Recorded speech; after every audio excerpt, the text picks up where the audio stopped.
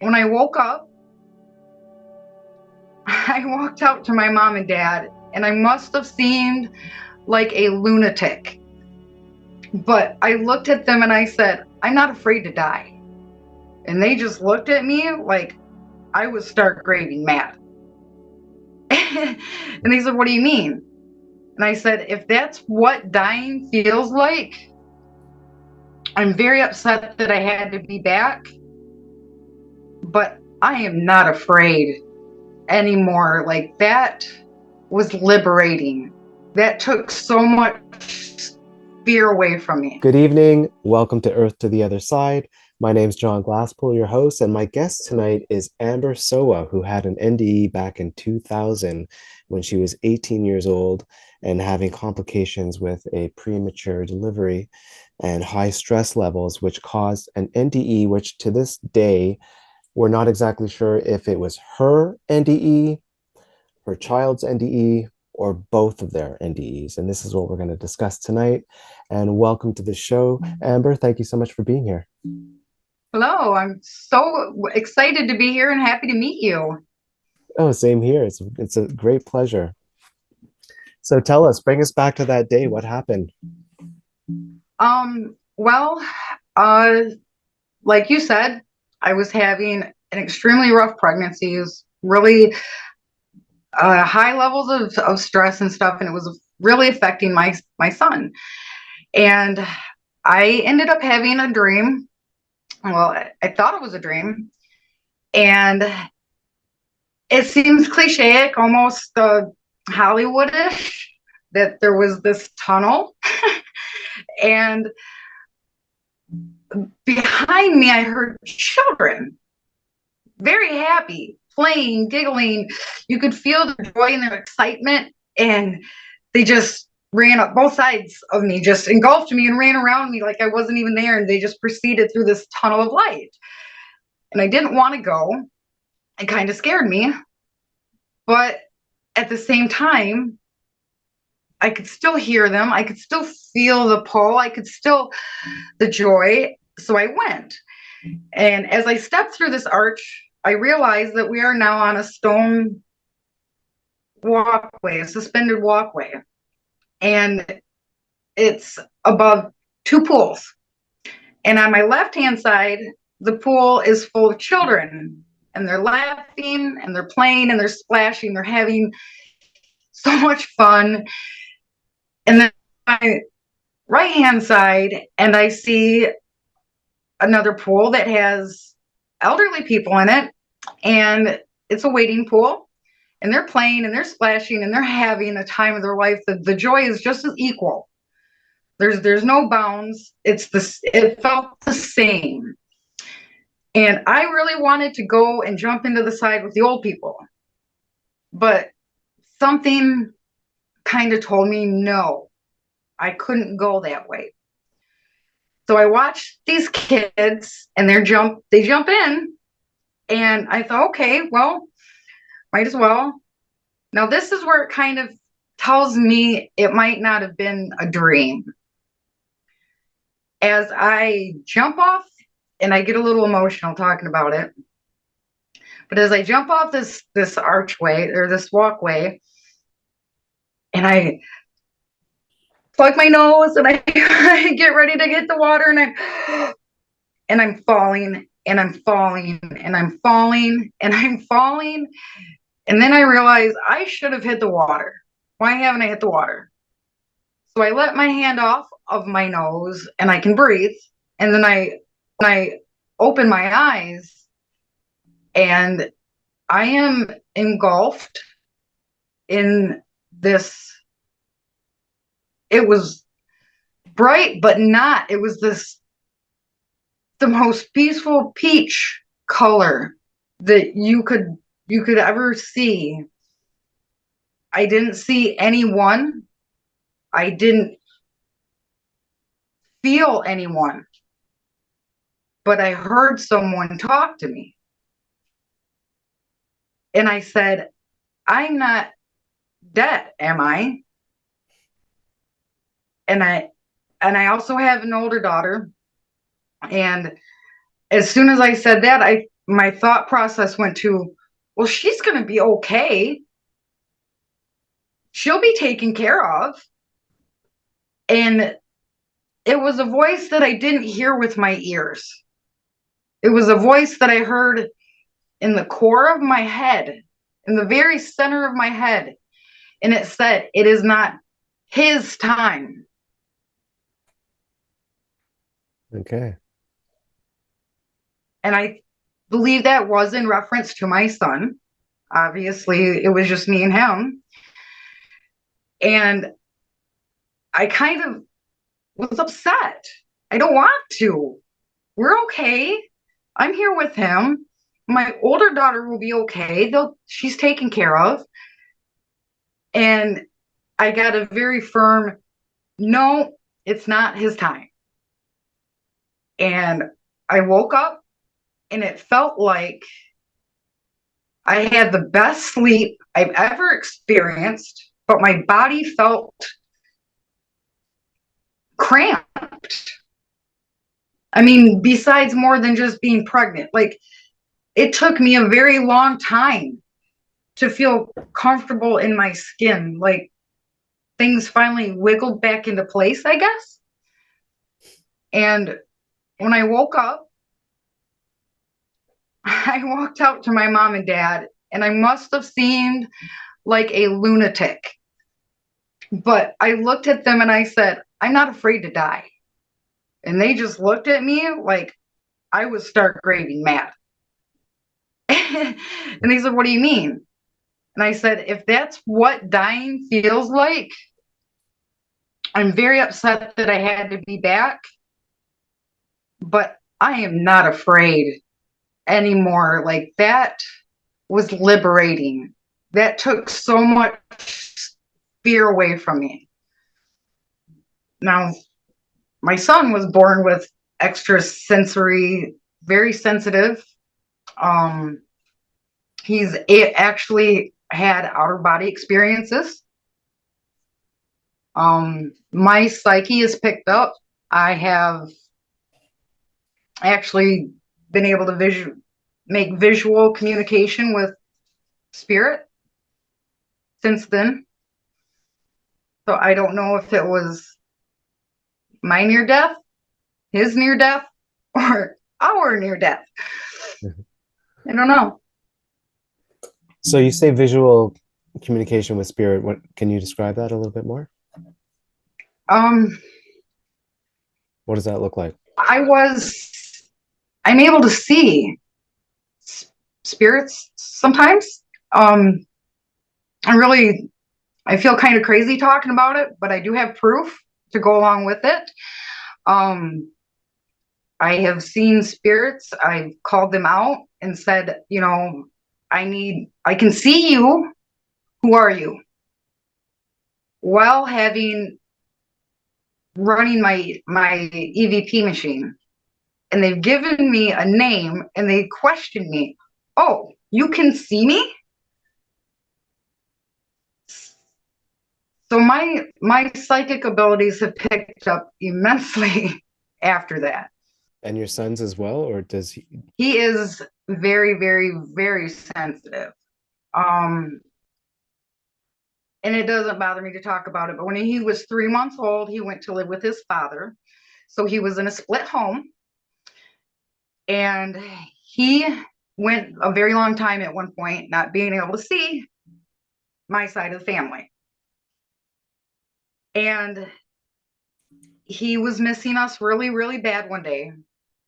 So he laid down to take a nap. And according to him, it felt like wind, like he was in a wind tunnel. And he opened his eyes, and all of a sudden, he was at my parents' house where we were staying. And he went in to the living room and he said hi to my daughters, and neither one of them reacted to him. So he went upstairs, and I was on the computer, and he came up and he said, hi, Mom. And he said that all of a sudden he was back in his body. like that fast. He felt the wind, the suction. He said it felt like suction, like he was just Mm. right back to his body.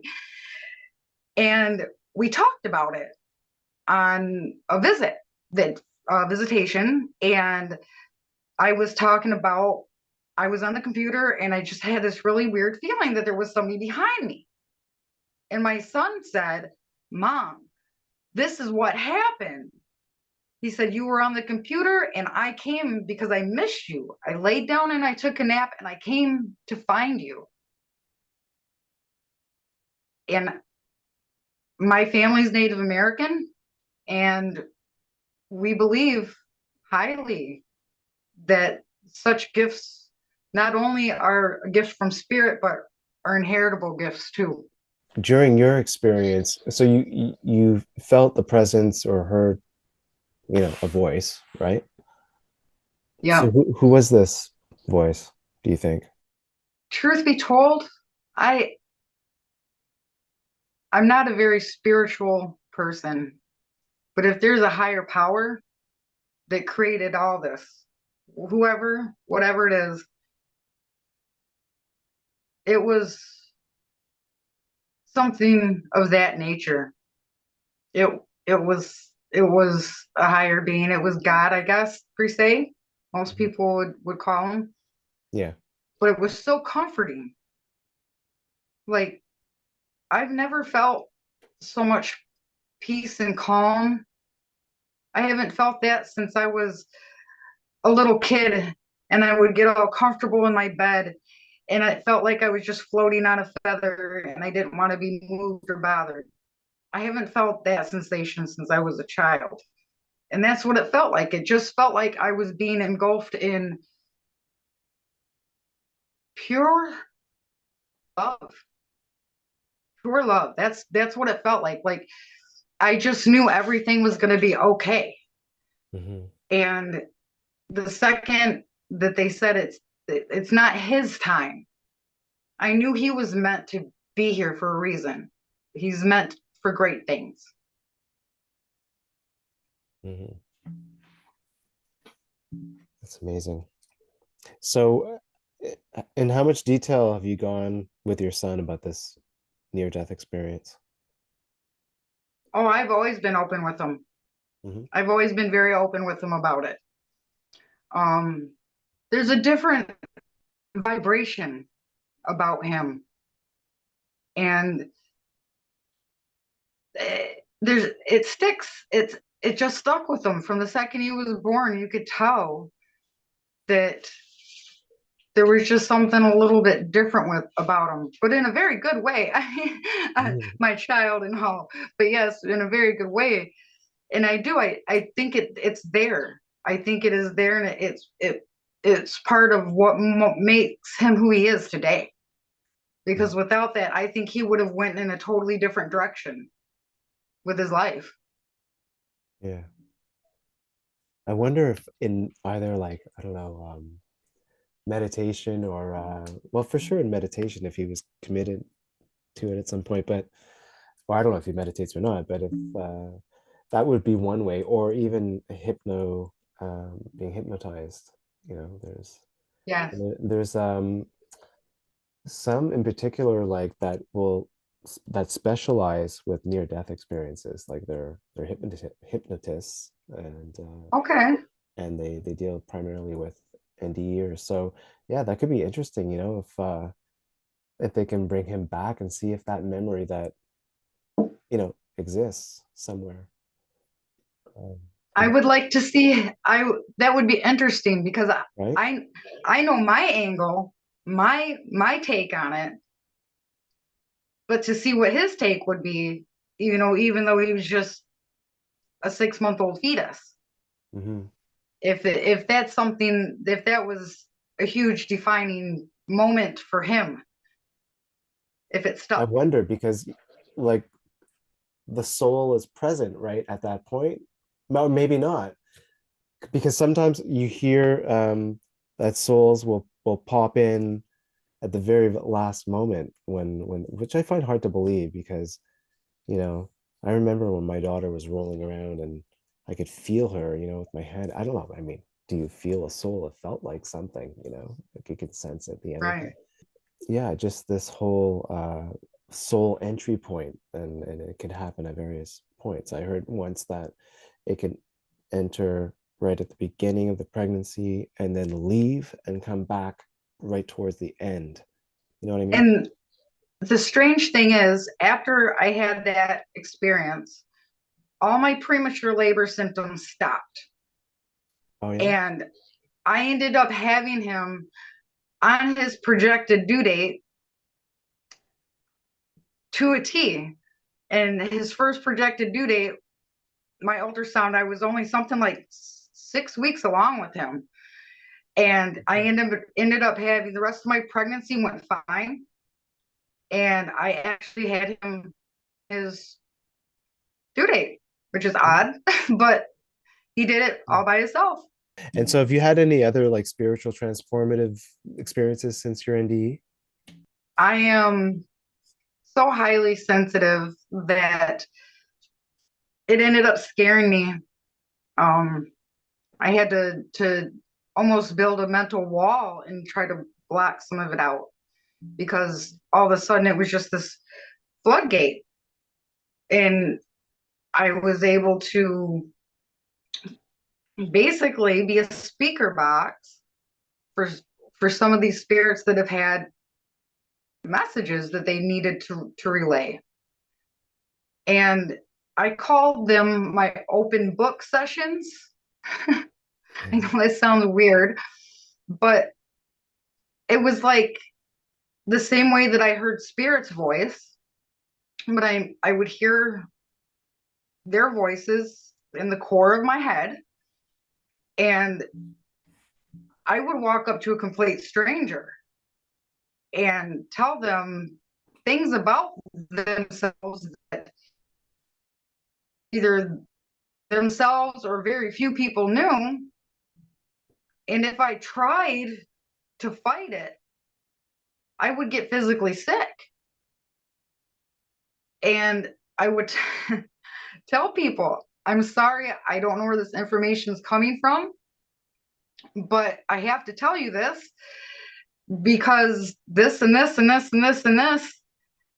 And then the next thing I know, they're telling me, well, that's something that only my grandpa knew. Well, I don't know your grandpa, but he's using me to tell you hello, I guess. And it got scary because it felt like I was invading a part of them. It was almost like a sacred thing. I would tell them things that they didn't talk about. And then I had a lot of people's outlook on me change. They would all of a sudden they went from being like, oh yeah, that's Amber. We always feel so comfortable talking with her. She's just so easy to talk to you stay away from that one. Because I made them feel uncomfortable. I got into their private head, and it was not me. But I was always right, and that's what scared them. That's where the taboo came of me not really feeling comfortable about talking about any of it Mm-hmm. because I have been made out to just be some wackadoo. Did it scare you at first too? Yeah, at times because it was so invasive. It was like I had to get this information out because if I didn't, my brain would feel overloaded, my physical would feel overloaded, I would be exhausted, and I didn't know how to control it. It was very scary when it first started. And nowadays it's controllable. Um, yeah, for the most part. Since then, I've had some pretty big health issues come up, and I've broken my back, and I believe because my core and my chakras are off from that. I don't see spirit as much as I used to, but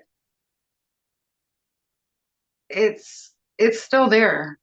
It's very much a part of my daily life. It's the normal see for me. If I if I found the right teacher to help me learn how to control it and how to decipher it, because sometimes there's nothing and then it's bombardment. Mm. And then the overwhelming comes and it's hard to decipher and it causes anxiety sometimes. Hmm. But meditation would probably balance a lot of that stuff out. And Reiki, you know, you can treat yourself I mean, once in a while. don't be afraid to tell people your experience. You are going to have a lot of people look at you like you've fallen out of your tree, but those people don't matter. You tell your story, you spread the love that you felt, because that's the one thing that is the biggest common core is the feeling that we all got while we were there. It's the same. Tell the story of that love, of that peace. It's worth it. It's home. Felt like home. I'll drink water to that. Amber, I want to thank you for being on the show and for sharing your experience with everybody. It's been such a pleasure speaking with you. Thank you so much for coming on. Thank you for having me. I'm so glad that you seen the post and you messaged me. This was the highlight of my entire year. Thank you. So, thank you so much. That's wonderful.